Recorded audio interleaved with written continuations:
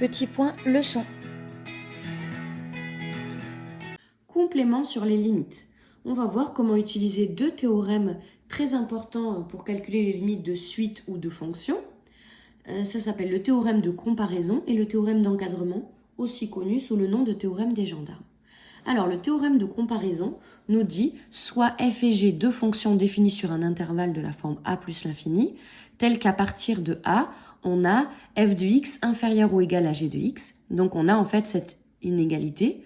Et on nous dit que si la limite de f en plus l'infini, c'est plus l'infini, alors la limite de g, c'est aussi plus l'infini. C'est-à-dire que ici, si la limite de f, c'est plus l'infini, et que g, c'est plus grand que f, en fait, par abus de langage, on peut dire plus grand que plus l'infini, c'est forcément plus l'infini.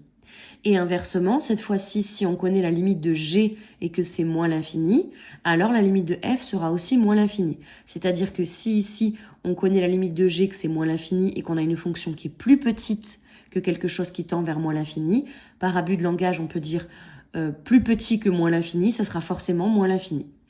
Et ces limites-là marchent aussi lorsque x tend vers moins l'infini, ça ne change pas. Donc, plus grand que plus l'infini, c'est forcément plus l'infini. Plus petit que moins l'infini, c'est forcément moins l'infini. Ça, c'est le théorème de comparaison. Donc, c'est-à-dire si on a d'un des deux côtés de l'inégalité plus ou moins l'infini en limite. Ensuite, nous avons le théorème d'encadrement ou le théorème des gendarmes. Cette fois-ci, on va encore passer à la limite, mais on n'aura pas des limites infinies, on aura une limite finie qu'on va appeler L. Soit f, g et h, trois fonctions définies encore sur un intervalle, et à partir de a, on a cette inégalité-là. On a f de x inférieur ou égal à h de x inférieur ou égal à g de x. Donc on a la fonction dont on cherche à trouver la limite qui est encadrée par deux autres fonctions, f et g. Et donc si on connaît en plus l'infini la limite de celle de gauche qu'elle vaut L, et qu'on connaît en plus l'infini la limite de celle de droite qu'elle vaut L, en fait on a une fonction qui est encadrée par deux fonctions qui vont toutes les deux tendre vers un même nombre. Par exemple, elles vont toutes les deux tendre vers 3. Donc forcément, si on a une fonction au milieu, elle va forcément, elle aussi, tendre vers 3 puisqu'elle va être écrasée entre ces deux fonctions qui vont converger vers 3. Donc forcément, on va avoir la limite de h qui va être L. Et ça marche aussi en moins l'infini. Donc, le théorème de comparaison, on l'utilise quand on trouve plus ou moins l'infini d'un des deux côtés de l'inégalité en limite. Et le théorème d'encadrement ou des gendarmes, on va l'utiliser quand on trouve des nombres des deux côtés de l'inégalité pour pouvoir utiliser les gendarmes.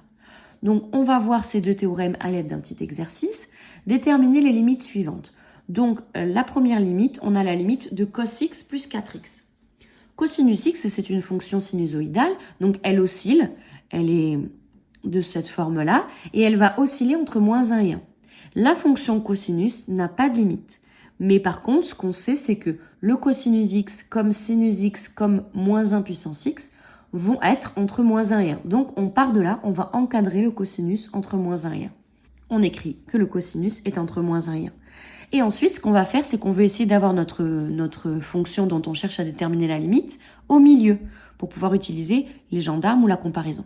Donc, pour ça, on a déjà cos x, il nous manque en fait 4x qu'on va rajouter des trois côtés de l'inégalité. Comme on fait une addition, on ne change pas le signe de l'inégalité.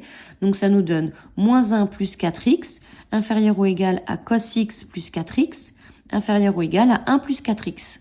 Et donc, on obtient la fonction dont on voulait trouver la limite au milieu. Et là, est-ce qu'on va utiliser le théorème des gendarmes ou le théorème de comparaison pour voir? On va calculer les limites à droite et à gauche. Si on trouve des limites finies, on va utiliser les gendarmes. Si on trouve des limites infinies, on va utiliser le théorème de comparaison. Et là, il faudra choisir le côté qui nous intéresse. Alors, on le fait sans l'écrire. La limite en plus l'infini de 4x, c'est plus l'infini moins 1, ça nous donne que la limite à gauche, c'est plus l'infini. De même, la limite à droite, 4 fois plus l'infini plus 1, ça nous fait plus l'infini. Donc, à droite et à gauche, on a plus l'infini. Là, beaucoup diraient, j'utilise les théorèmes des gendarmes. À droite, c'est plus l'infini. À gauche, c'est plus l'infini. Donc, au milieu, c'est plus l'infini. Sauf que le théorème des gendarmes, vous l'utilisez quand vous avez une limite finie. Si vous avez une limite infinie, comme là, on a plus l'infini à droite et à gauche, il faut utiliser le théorème de comparaison. Donc, pour le théorème de comparaison, on a dit, on n'a pas besoin de 3 morceaux, on n'a besoin que de 2 morceaux. Donc, soit on va utiliser ce côté-là de l'inégalité, soit on va utiliser ce côté-là de l'inégalité. Pour le savoir, on va regarder, apprendre que notre fonction du milieu, elle doit être soit plus grande que plus l'infini, en limite, soit plus petit que moins l'infini. Donc ici, on a plus l'infini. Ici, on a plus l'infini. Donc si on prend ce morceau-là, on aurait notre fonction qui serait plus petite que plus l'infini. Et plus petite que plus l'infini, il y a une infinité de solutions. 10, c'est plus petit que plus l'infini. Moins l'infini, c'est plus petit que plus l'infini. Donc on va pas prendre ce côté, on va prendre celui-là de côté. Puisque du coup, on aura notre fonction qui sera plus grande que plus l'infini.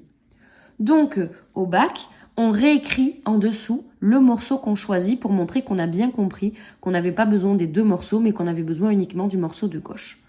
Et ensuite, on écrit la limite de ce qui est à gauche, la limite de moins 1 plus 4x, c'est plus l'infini. Par comparaison, quelque chose qui est plus grand que plus l'infini, en limite, c'est forcément plus l'infini.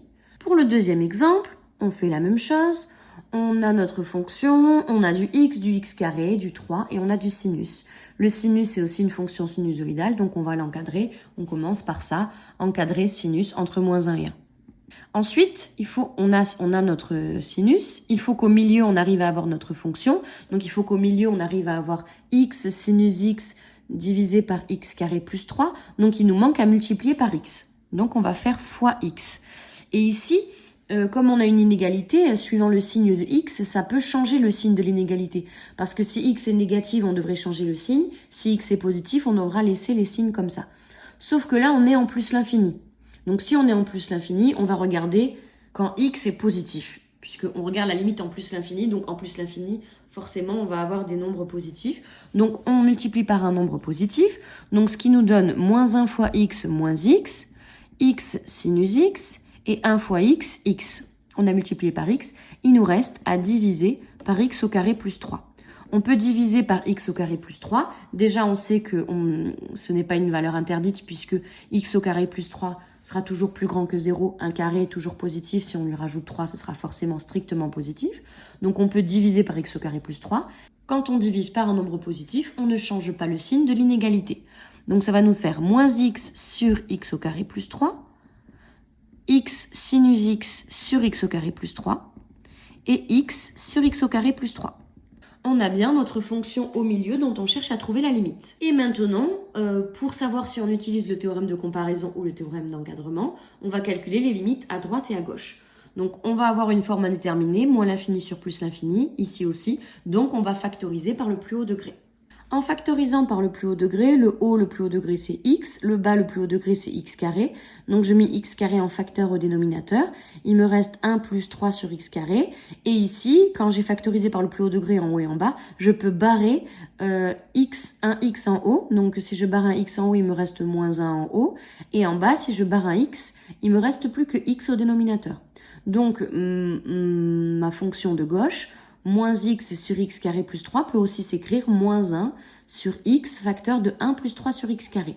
De la même façon, notre fonction de droite, x sur x carré plus 3, peut s'écrire 1 sur x 1 plus 3 sur x carré. Il nous reste à calculer les limites. Alors, la limite du numérateur, la limite de moins 1, c'est moins 1. La limite de x en plus l'infini, c'est plus l'infini. La limite de ma parenthèse, en plus l'infini, ça nous fait 3 sur plus l'infini au carré. 3 sur plus l'infini, ça tend vers 0. Donc par somme, ma parenthèse tend vers 1. Ensuite, on multiplie ces deux morceaux. Donc par produit, on a le dénominateur qui tend vers plus l'infini, puisque plus l'infini fois 1, ça fait plus l'infini. Et donc on a le numérateur qui tend vers moins 1, le dénominateur qui tend vers plus l'infini. Par quotient, moins 1 sur plus l'infini, la limite c'est 0. Donc on a calculé la limite à gauche. Évidemment, comme on trouve un nombre, il faudra calculer la limite à droite et faire le théorème des gendarmes si on trouve la même limite. De même ici, finalement, entre les deux fonctions, la seule chose qui change, c'est le numérateur. Tout à l'heure, la limite du numérateur, c'était moins 1 et la limite du dénominateur, c'est plus l'infini. Ici, la limite du numérateur, c'est 1, mais le dénominateur est le même, donc la limite, c'est plus l'infini. Par quotient, 1 sur plus l'infini, la limite, c'est 0. Donc, la limite de la fonction à gauche en plus l'infini vaut 0. La limite de la fonction à droite en plus l'infini vaut 0.